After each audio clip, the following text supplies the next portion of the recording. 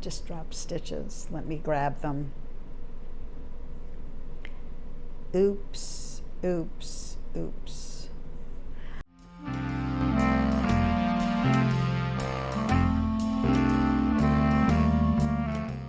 And action!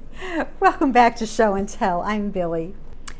Today's episode is going to be a little different because I thought it was time to share a little something unusual about myself that you don't yet know about me. What you do know is I love vintage and I love to knit vintage. By now, after 170 some odd episodes, you're probably familiar with this background setup. This was an etagere that belonged to my mother. I brought it to my apartment because I thought it had somewhat of an Art Deco vibe. And I have other trinkets that cut crystals from my mother-in-law. This little Art Deco statuette was from one of my father's first cousins. Her daughter gave it to me after she died. Anyway, I'm usually sitting in this location with some yarn and some old needles behind me. This is what I'm currently working on. The front and the back of an all-over Norwegian motif. You've seen a little bit of this before, but I'm up to about almost to the underarm on both front and back. And I didn't want to go all the way up because I'm not sure yet what I'm doing in here. But I did want a break from this pattern, which it's a lot.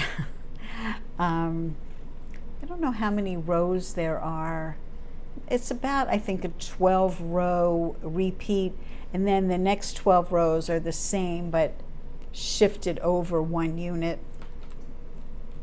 You might be able to see it better up close. But because I wanted a change, I started doing the stripes of the cuffs. And to not be left on Sleeve Island, you can see I'm knitting both sleeves at the same time. I also did that because I really wanted both sleeves to be identical with increases in the exact same places. And it was kind of touch and go since I'm designing this myself. I wanted to be able to measure it and make sure it was fitting. And as I did the increases, they're sort of in the beginning randomly placed just to give me the circumference that I needed. And again, I wanted to be sure that the left sleeve and the right sleeve would have the exact same increases in the exact same places. So, all very good reasons for doing two at a time.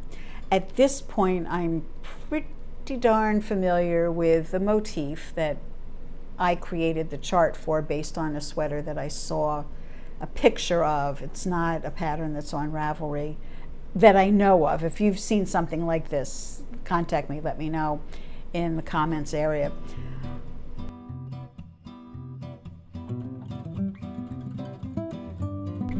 This section repeats. You can see I'm beginning to form this diamond up here. That's what I'm saying. It's like shifted over one unit. And at this point, because I've knit so much of it, I'm really familiar with where things go. And so if I'm knitting on the reverse, all I have to do is roll it over to see where I'm at. Anyway, it is coming along. If it's your first time here, then you may not know that I'm knitting with Color Mart 100% cashmere 3/28 NM. Originally, where are those cones? Oh, well, I don't have them handy. Originally, I ordered a cone of each, and they're each 1,360 meters. So I had that times 2. The only problem was one strand was really too thin, even on a size 1 needle. I didn't like the fabric. So what I had to do was wind off yarn onto bobbins like this. And I had 2 bobbins of white, 2 bobbins of blue, just to knit one piece, because I was getting a strand from the first white bobbin, a second strand from the second white bobbin. So I had 4 bobbins going on there. It was okay, but as I started to knit, I worried that I might not have enough yarn. And since they're a company that does not have unlimited quantities, they don't do the same dye lot again and again, because they're getting end runs from commercial mills. So it's catch as catch can. I thought I better order more yarn, because this is a color I would not easily match. I thought, while they have this color, I better get it while the getting is good. So I ordered another cone of each color, but this time I asked them to wind it onto the cone for me already in a double strand. So when I'm knitting off of this, it's direct into the garment. I don't have to worry about doubling it. There's only one problem. Knitting 2 sleeves, I only have 1 and 1. So again, I'm on the bobbin. But I didn't want to have 2 whites and 2 blues with a single strand. In addition to this for the other sleeve, everything was going to get all twisted up. So it's a little bit complicated, but what I did was I wound a single strand onto here, another single strand onto another bobbin, and then I wound both of them simultaneously onto yet another bobbin. This bobbin is now loaded with a double strand. So knitting 2 sleeves, I've got a blue bobbin, a white bobbin, a blue cone, and a white cone, period. And it's easy to untangle them if they do get tangled, because I know the bobbins are associated with one sleeve and the cones are associated with the other sleeve. So all that to say, projects like this take a lot of intestinal fortitude, and you got to be willing to stay the course. I really have not decided yet what I'm going to do with the shoulders, but as I get the sleeves up to the underarm area and the body up to the underarm area, I'm going to figure out if the drop sleeve is going to work or if I need to do a modified drop sleeve. I don't want a set-in sleeve because I'm afraid that the pattern would just be very mismatched and be different on both the sleeves, a little too hard to control. So it's going to be some kind of a drop shoulder. I just don't want a lot of excess fabric in here, which tends to happen with drop shoulder. So to be continued, we'll see. This is not a project that is very transportable, you can imagine, with all these different things going on. So recently I went somewhere on the subway and I needed to have something to take with me to knit on. So I went back to this scarf, which if you've been here before, you will know. I mean, if you've been a viewer for 2 years, this dates back to when I went to the Shetland Islands. Again, Color Mart. This is extra fine merino. I'm getting down to the bottom of the cone, and I will keep knitting until I almost am out of yarn. I'll want to save a little bit in case I ever have to do a repair. Heaven forbid. Here's the progress that I've made on the second section. This is a scarf because of the nature of the lace. There's patterning on the front as well as on the back. And the edge has a shape to it. It's not straight across. It's a pattern that involves grafting 2 pieces together in the middle.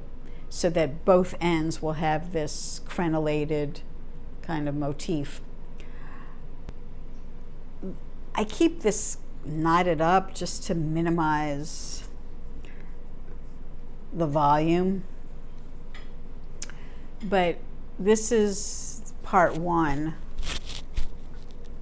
and I'm making headway on part two. I'm a ChiaoGoo needle gal. I do also have a set of interchangeable wooden needles, but I found that they were both too slick, and I had to hold on, I had to like grip this too tightly. It was very uncomfortable, and I thought, this is a lot of knitting. Oh, I wonder if that's messing up my microphone, sorry. I thought, this is a lot of knitting. I really don't want to cramp up my hands or feel awkward in any way. So I invested in a rather costly pair of ergonomic needles. It's the only set that I have.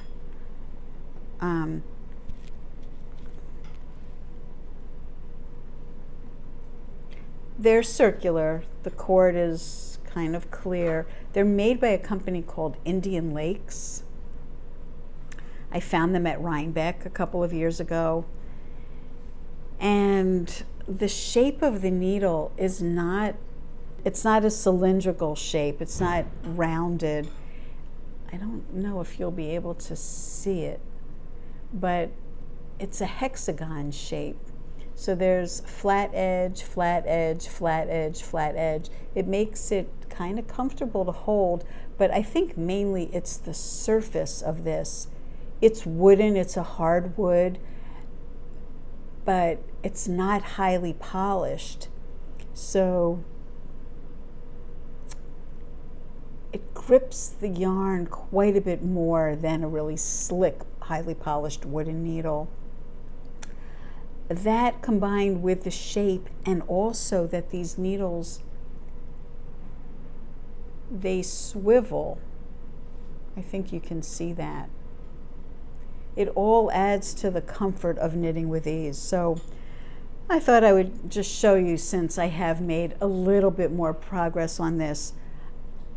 Now that I'm working on this Norwegian sweater, I'm really trying to be monogamous so that I can plow through it and see it through to completion.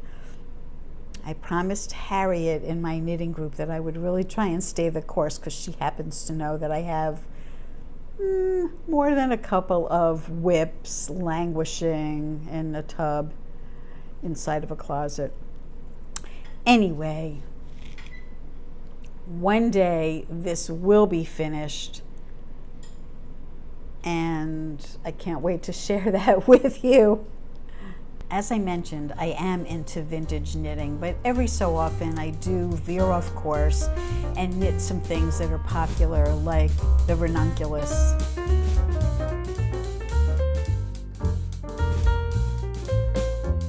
So I really just wanted you to know that if you're not a vintage knitter, you still may find things of interest on this podcast. Sometimes I travel and I take you with me. Sometimes I'm visiting yarn shops and I'll do a walkthrough with you. But mostly because I'm knitting things that are rather complicated, I, like you, often run into problems. And I guess because of my background in engineering, I don't shy away from problem solving. I like things that are complex. I like things that challenge me. And you can see by the type of work that I do that I often run into snafus. And I try and make you privy to how I arrive at some of the solutions. I think it's important for other knitters, especially beginner or intermediate knitters, to see that somebody who's got more experience also runs into problems. I guess the more complicated the project, the bigger the problems, but problems nevertheless. And I was trained to understand that most every problem has a solution. So I'm very driven to figuring out what I need to do. I just think it's important for other knitters to know that even the top knitters out there are experiencing issues with their knitting.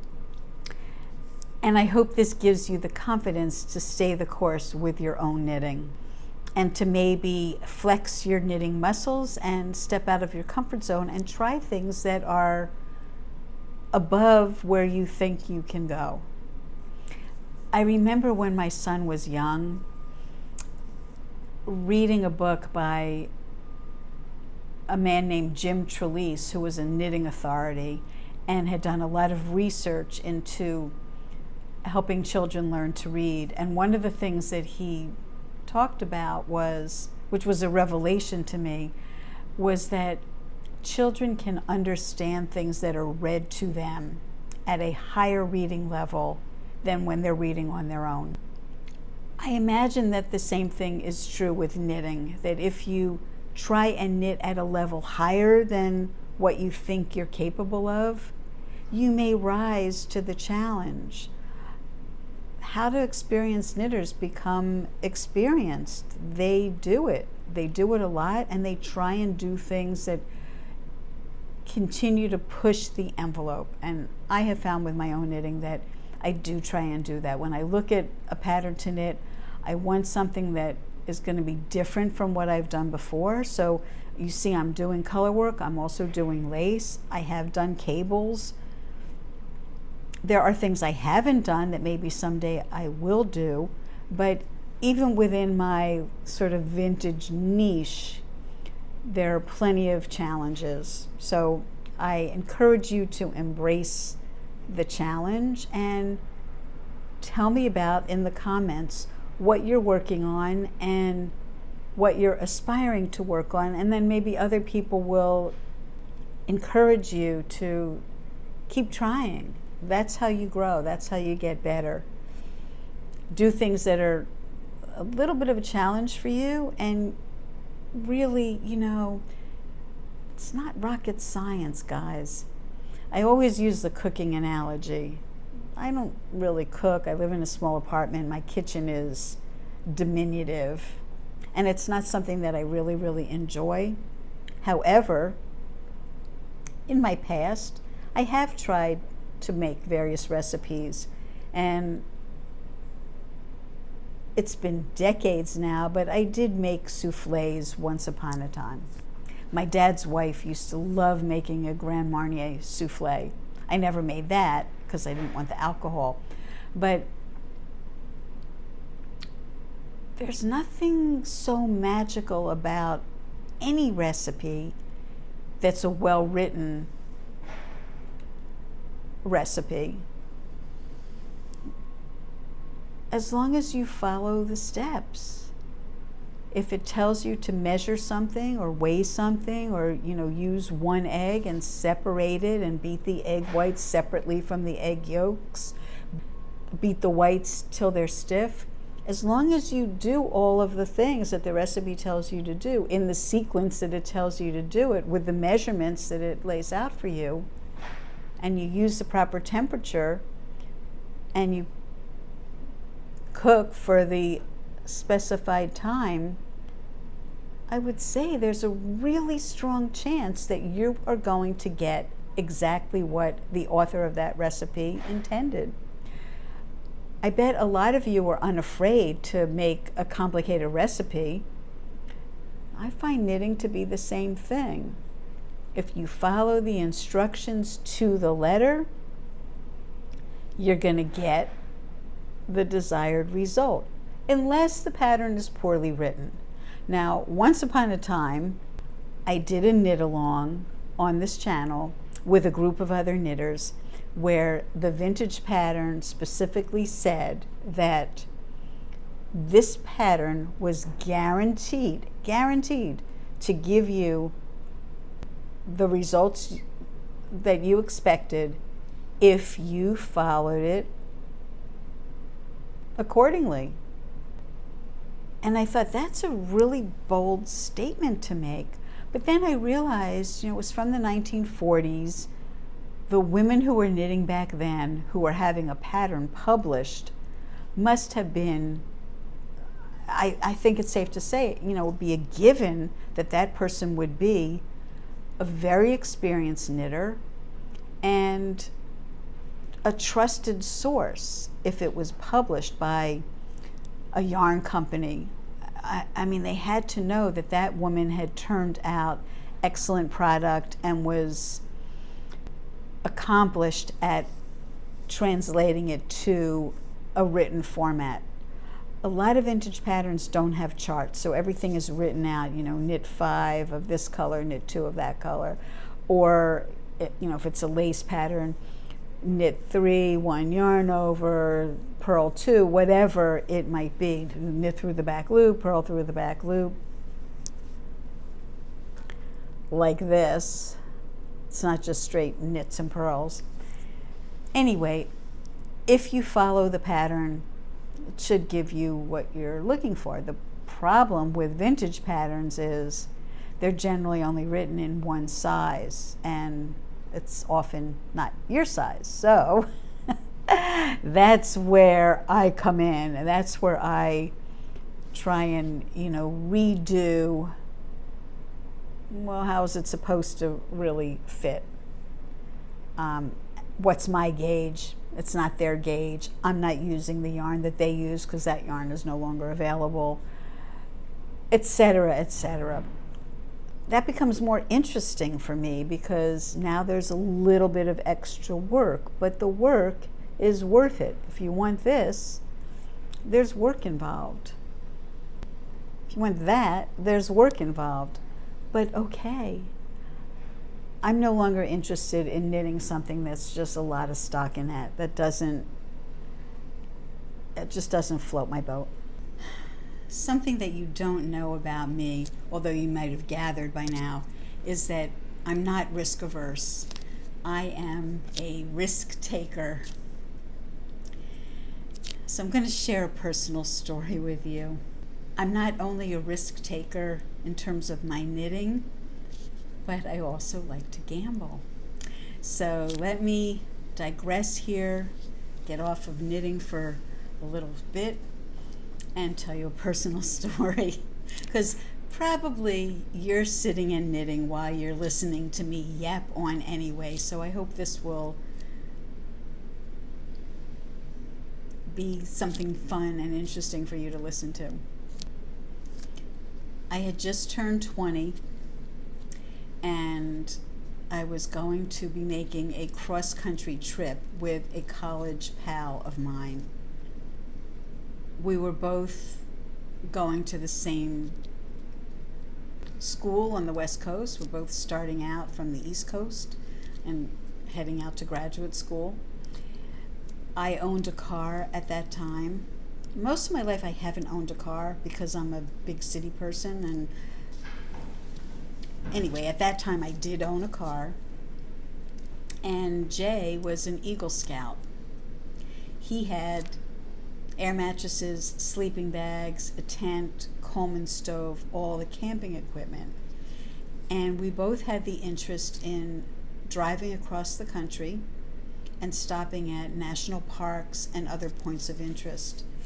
So back in those days, there was 3As that would map out for you and put together a triptych. We knew that we wanted to visit Las Vegas. After graduating from college, I had the summer off, and we were going to be driving towards the end of the summer to get to the West Coast.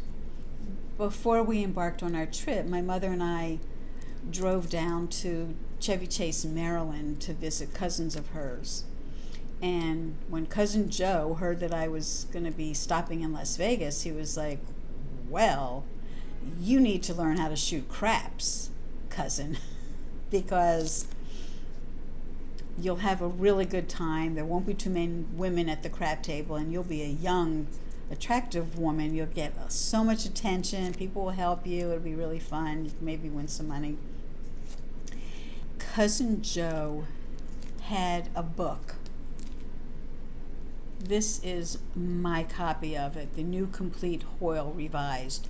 You've heard of the rules according to Hoyle? Well, these are the rules according to Hoyle. And this book has rules to chess, dozens of card games, all the casino games, baccarat, blackjack, lots of card games, casino, bezique, all the different versions of bezique, pinochle, every game you could think of. Joe wanted me to learn how to shoot craps. He pulled out a set of dice, and he knew that I was really good in math.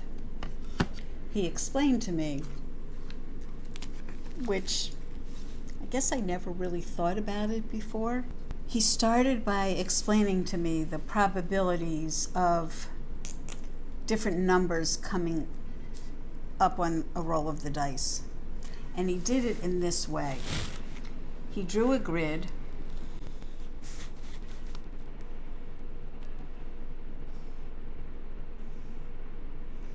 that was 6 by 6.